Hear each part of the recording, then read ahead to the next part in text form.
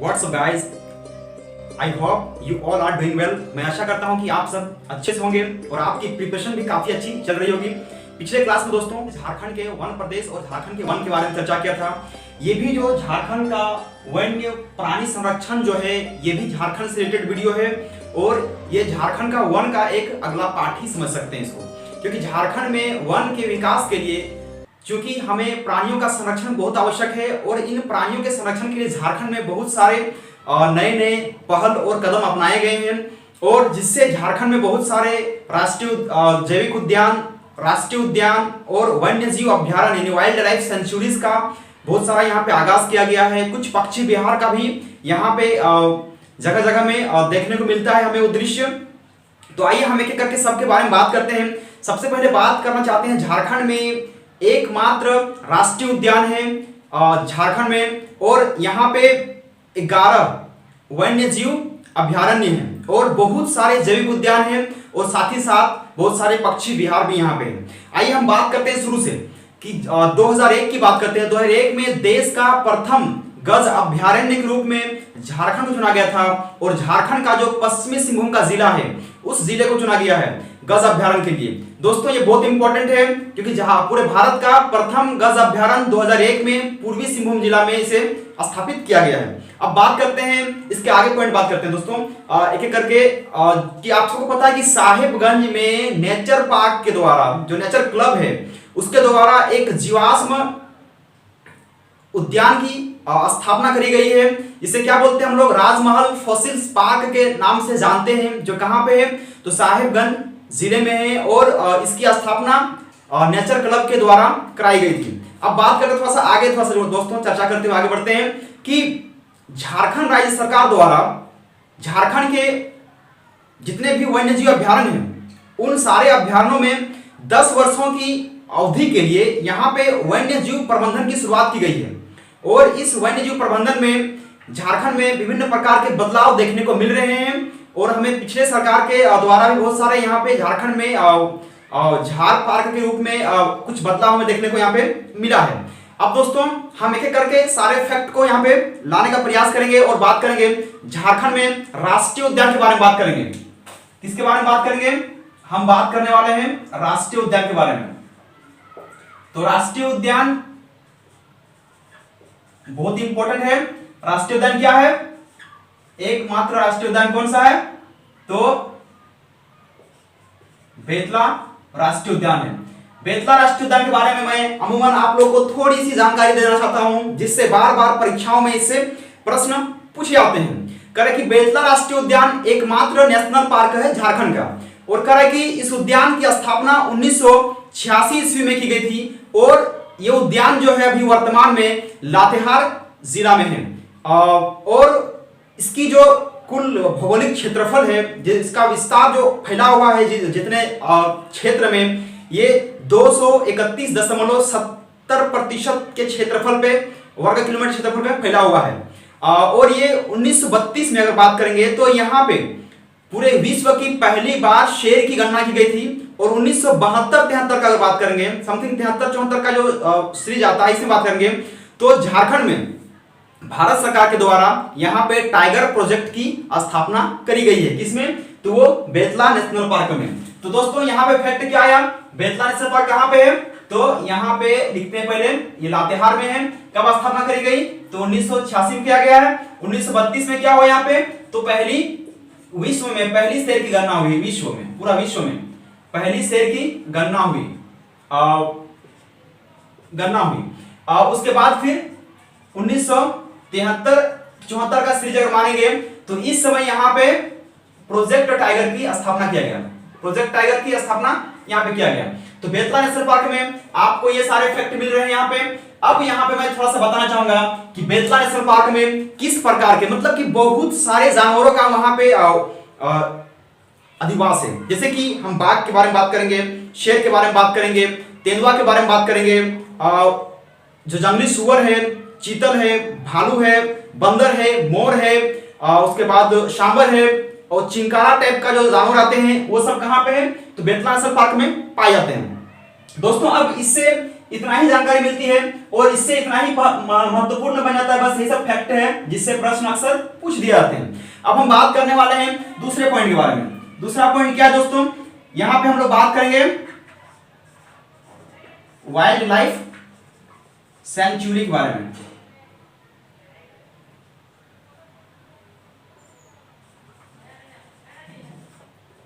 ये क्या है वाइल्ड लाइफ सेंचुरी?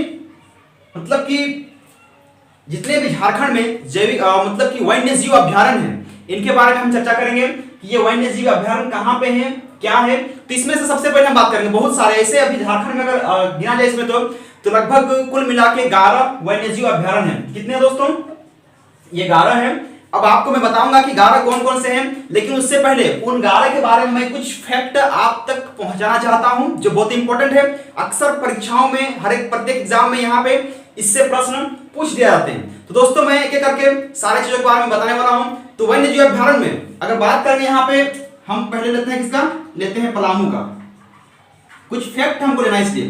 पलामू वन्य जीव अभ्यारण्य जो कि झारखंड का सबसे बड़ा अभ्यारण्य है। कहाँ का है? झारखंड का सबसे बड़ा अभ्यारण्य है। कब किया गया इसकी स्थापना? तो इसकी स्थापना करी गई है 1976 में। कितना है? 794 किलोमीटर स्क्वायर क्षेत्र में ये फैला हुआ है। पलामू अभ्यारण्य कहां पे है? तो ये खुद पलामू में ही सिचुएटेड है। कब है? 1976 में। और इसकी कुछ फैक्ट यहां पे आते हैं। ये झारखंड का सबसे बड़ा, झारखंड का सबसे बड़ा है। और साथ ही साथ इसके साथ ही साथ मतलब यहाँ पे बहुत सारे जंगली जानवरों का यहाँ पे वास होता है। बहुत सारे जंगली जानवर यहाँ पे पाए जाते हैं और इसलिए इसकी इंपॉर्टेंस बढ़ जाती है। और अगर हम बात करेंगे, ये तो पहला है, पहला वाइल्ड लाइफ सेंचुरी है जो झारखंड का सबसे बड़ा है। दूसरा कौन होगा? तीसरा कौन होगा? हम एक करके इसके बारे में भी जानने का प्रयास करेंगे, क्योंकि आप सबको पता है कि दूसरा अगर हम बात करेंगे यहाँ पे तो लावालम का बात करेंगे दोस्तों। किसका बात करेंगे दूसरा में? दूसरा में क्या आएगा? लावालम। और तीसरा में क्या आएगा? तीसरा में आएगा हजारीबाग। तो ये लावालम हो गया, हजारीबाग हो गया। लावालम कितना है? तो 206 किलोमीटर एरिया फैला हुआ है। और ये हजारीबाग कितना है? तो ये 186 किलोमीटर स्क्वायर एरिया में फैला हुआ है। तो ये दूसरे स्थान पे है, ये तीसरे स्थान पे है। तो यहाँ पे जो मैंने बेतला नेशनल पार्क में मैंने जितने भी जानवरों का नाम बताया, बस वही सब जानवरों का वास भी यहाँ पे हो रहा है। अब हम इसके बारे में थोड़ा सा चर्चा आया करते हैं दोस्तों कि तीसरा जो मेरा जैविक उद्यान आ रहा है, मतलब कि सेंचुरी आ रहा है, वाइल्ड लाइफ सेंचुरी आ रहा है, इसमें से हम बात करेंगे दलमा के बारे में। ठीक है, दलमा जो कि बहुत इंपॉर्टेंस रहता है। दलमा अपने नाम से ही प्रसिद्ध है कि यहाँ पे हाथी परियोजना है। क्या है दोस्तों? हाथी परियोजना बहुत इंपॉर्टेंट है। हाथी परियोजना है यहाँ पे। लेकिन हाथी परियोजना की शुरुआत कब की गई थी? इस दलमा अभ्यारण्य का जो क्या बोलते हैं, दलमा अभ्यारण्य का जो स्थापना किया गया था वो कब था? तो वो 1976 था। लेकिन हाथी परियोजना की शुरुआत जो होती है वो कब होती है? वो होती है 1992 में। इससे हमारे पास इतना ही फैक्ट सामने आते हैं। और कुछ फैक्ट, और दलमा एकमात्र ऐसा अभ्यारण्य है जहां पे हाथियों के लिए एक अलग सा क्या बोलते हैं ना, ये हाथी परियोजना ही है। यहाँ पे केवल हाथी मिलते हैं, लेकिन उसके साथ साथ मतलब कि कुछ और भी जानवरों को वहां पे रखा गया है। अब दोस्तों थोड़ा सा मैं अब यहाँ पे चौथे नंबर पे बात करूंगा। चौथा नंबर जो आता है वो आता है उधवा पक्षी विहार के बारे में। सबको पता होगा उधवा पक्षी विहार, उधवा पक्षी विहार जो कि बहुत इंपॉर्टेंट है। ये उधवा पक्षी विहार कहां पे है? ये उधवा पक्षी विहार साहेबगंज में, साहेबगंज में है। यहां पे इसकी विशेषता ये है कि साइबेरिया से, साइबेरिया कहां है? ये विश्व साइबेरिया और विश्व के विभिन्न देशों से यहां पे हजारों लाखों पक्षियां प्रवासी के रूप में यहां पे आते हैं इस साहेबगंज में। और क्योंकि यहाँ का मौसम बहुत ही अनुकूल है और इसीलिए इनको यहाँ पे जाना जाता है, क्योंकि ये पक्षियों का काफी यहाँ पे वास होता है। तो उधवा पक्षी विहार इसलिए फेमस है। इसकी भी स्थापना कब करी गई है? 1991 में। ठीक है, कब करी गई है? 1991 में इसकी स्थापना की गई है। बस इसमें से इतना ही फैक्ट सामने आ रहा है। अब एक जो इंपॉर्टेंट होता है हम लोग के लिए, जिसको लिखना जरूरी होता है कि क्या है वो, महुआ टाड़ अभ्यारण्य के बारे में सुने होंगे। जो कि पूरी तरह से ये कोडरमा में है, महुआटांड़ अभ्यारण्य, महुआटांड़ लातेहार में, सॉरी लातेहार में है, और ये विलुप्त प्राय भेड़ियों की संरक्षण के लिए जाना जाता है। दोस्तों हमने जो बात किया यहाँ पे राष्ट्रीय उद्यान और वाइल्ड लाइफ सेंचुरी, जितने मैंने बात किया यहाँ पे, तो इससे इतना ही प्रश्न बनते हैं। अब मैं एक बहुत ही अच्छा मजेदार सा ट्रिक लेके आया हूं, जिसके माध्यम से आप जान पाएंगे कि झारखंड में कुल मिला के जो 11 सेंचुरी हैं, जितने भी 11 वन्य जीव अभ्यारण्य हैं, उनको कैसे याद किया जाए, उसमें किस प्रकार के जानवर रहते हैं, उसकी स्थापना कब की गई है और वो किस जिले में अवस्थित है, एक एक करके हम इससे बात करेंगे। दोस्तों इसके लिए एक छोटा सा ट्रिक आता है जिसे आपको याद करने की आवश्यकता पड़ेगी। बस महज आप सिर्फ 2 मिनट समझ लीजिए, मैं आपको ये ट्रिक के माध्यम से आपको ये वीडियो में पूरा मतलब कि इसके बारे में मैं याद करा दूंगा और आपको बहुत ही मजा भी आएगा, क्योंकि एक छोटे से ट्रिक से आप पूरी तरह से 11 वन्य जीव अभ्यारण्यों को आसानी से याद कर लेंगे और कभी यहां से निकलेगा भी नहीं। अब बात करते हैं सिंपल सा, क्या हुआ ना कि गौतम नाम का एक अभ्यर्थी था, तो उसने पीएचडी किया। जैसे उसने पीएचडी किया तो अब क्या हुआ ना कि एक पक्षी ने शर्त रखी थी कि अगर गौतम पीएचडी करेगा तो मैं बहुत सारे अनाथ बच्चों को पालूंगी। ठीक है, किसने शर्त रखा था? एक पक्षी ने। किसको? गौतम के पास, कि गौतम अगर पीएचडी करेगा तो मैं बहुत सारे अनाथ बच्चों को पालूंगी। तो अब कि पीएचडी हुआ गौतम तो अनाथों को पालो पक्षी, है ना। ये सीक्वेंस याद रखिए। पीएचडी से क्या हो गया? पलामू, एच से हजारीबाग, डी से दलमा, हुआ से महुआटांड़, गौतम से गौतम बुद्ध। ये जो 5 सीक्वेंस आ गए हैं, कब के हैं? 1976 के। तो लो पालो तुम, तो से तो चाची, ठीक है। लो से लावालोम। ये 2 सीक्वेंस कब के हैं? 1978 के हैं। अनाथों को पालो तुम, अनाथों से पारसनाथ, ठीक दोस्तों, अनाथों से पारसनाथ। को से कोडरमा, पालो से पालकोट, और पक्षी से उधवा पक्षी बिहार। देखिए यहां पे ये कितना सीक्वेंस है? ये 81 आएगा, ये 85 आएगा, ये 85 हो गया, ये 90 आएगा और ये 91 आएगा। सब 1900 के सीक्वेंस में है ना। ये भी 1900, ये भी 1900, ठीक है। तो ये काफी अच्छे से आपको याद हो गया। अब यहां बात करते हैं कि कौन सा अभ्यारण्य कहां पे स्थित है। दोस्तों इसके बारे में मैं आपको सीधे सा और सिंपल शब्दों में बता दूं दोस्तों कि ये जो पलामू अभ्यारण्य है, पलामू अभ्यारण्य कहां पे है? तो पलामू अभ्यारण्य खुद पलामू में है, हजारीबाग खुद हजारीबाग में है। दलमा अभ्यारण्य के बारे में कौन जानता? मैंने पहले भी चर्चा कर रखा दलमा अभ्यारण्य के बारे में। कहां पे वो? तो वो है पूर्वी सिंहभूम में। फिर उसके बाद क्या आ रहा है? महुआटांड़ अभ्यारण्य। जैसे कि मैंने पहले भी आपको महुआटांड़ के बारे में बता दिया है कि महुआटांड़ कहां पे है, तो ये आता है लातेहार में। फिर क्या है? गौतम बुद्ध अभ्यारण्य। गौतम बुद्ध कहां पे दोस्तों? मैंने पहले ही बता रखा गौतम बुद्ध के बारे में, नहीं बताया ना। ये कहां पे? गौतम बुद्ध कोडरमा में है, ठीक है ना। तो ये सबका सीक्वेंस कहां पे हो गया? ये तो लिखना जरूरी है। पलामू कहां हो गया? खुद पलामू हो गया। हजारीबाग खुद हजारीबाग हो गया। दलमा कहां हो गया? तो ये हो गया पूर्वी सिंहभूम। महुआटांड़ कहां हो गया? ये हो गया लातेहार। गौतम बुद्ध कोडरमा, ये हो कोडरमा। तो चाची कहां पे दोस्तों? तो चाची धनबाद में है। और ये जो लावालोंग आता है, इसके बारे में जानना जरूरी है कि लावालोंग अक्सर चतरा से क्वेश्चन पूछता है ना। तो ये तो चाची कहां पे है? धनबाद में है। लावालोंग कहां पे है? तो ये है चतरा में। चलो यहां लिख देते हैं, चतरा में है लावालोंग, ठीक है। अब बात करते हैं नाथ, पारसनाथ कहां पे है ये? तो ये है गिरिडीह में। सबको पता है, आंसर यहीं से बन जाता है क्वेश्चन। कोडरमा कहां पे? कोडरमा में। पालकोट को कैसे रखें? कहां पे? मतलब कि आप जब भी पालकोट जाइएगा तो गुम हो जाइएगा, ठीक है ना। तो कहां पे है ये दोस्तों? ये है गुमला में।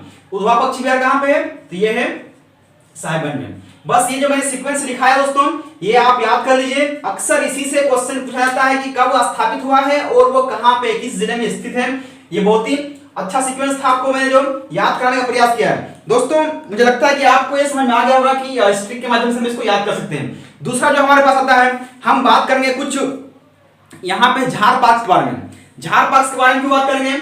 झार पार्क के बारे में बात करना हमारे लिए आवश्यक बन जाता है क्योंकि झार पार्क से अक्सर प्रश्न पूछ दिए जाते हैं।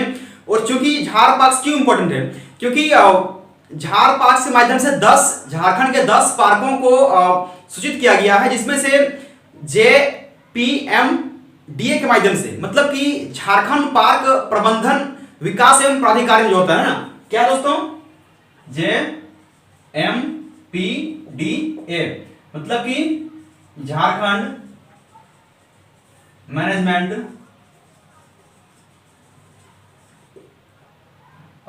पार्क है ना, पार्क डेवलपमेंट अथॉरिटी। तो इससे अक्सर ये JPMDA से सवाल बनता है। इसमें कितने प्रकार के वन आते हैं, पार्क आते हैं, तो 10 पार्क को लाया गया है। अब मैं आपको इसको भी ट्रिक के माध्यम से ही याद कराऊंगा, जिस ट्रिक के माध्यम से आपको पता कि कौन से 10 पार्क कहां पे हैं, क्योंकि इंपॉर्टेंट है, इससे अक्सर प्रश्न बनते हैं, इसलिए इस ट्रिक को हमेशा याद रखिएगा। ट्रिक क्या दोस्तों, कि ट्रिक है कि बिरसा के सीने में दिल है। ओके, क्या है ट्रिक?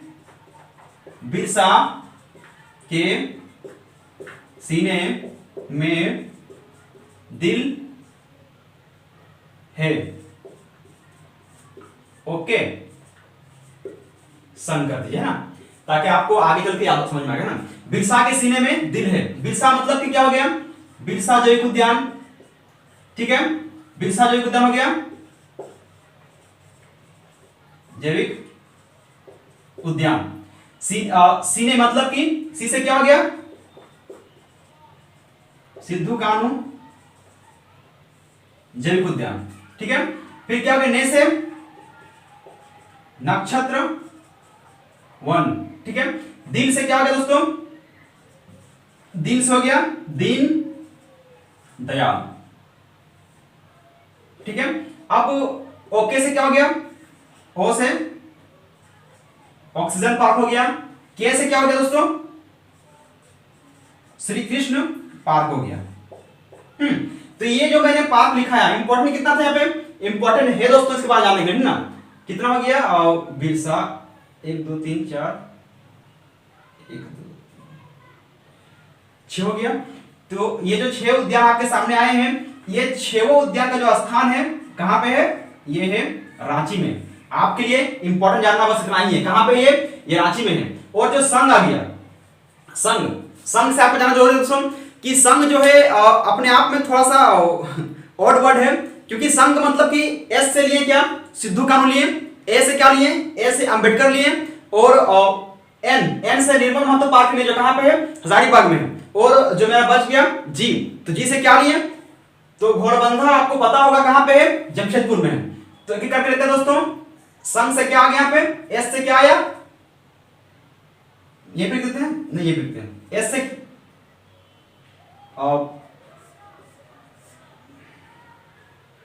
फिर से क्या आ गया, फिर से सिद्धू कान्हू आ गया, जो कहां पे है, दुमका वाला यहां पे ना, बिल्कुल। ए से क्या हो गया, अंबेडकर, कहा है दोस्तों, ये है सिल्ली में। निर्मल महतो कहा है दोस्तों, निर्मल महतो पार्क कहां पे है, हजारीबाग में। ग से जी से क्या हो गया,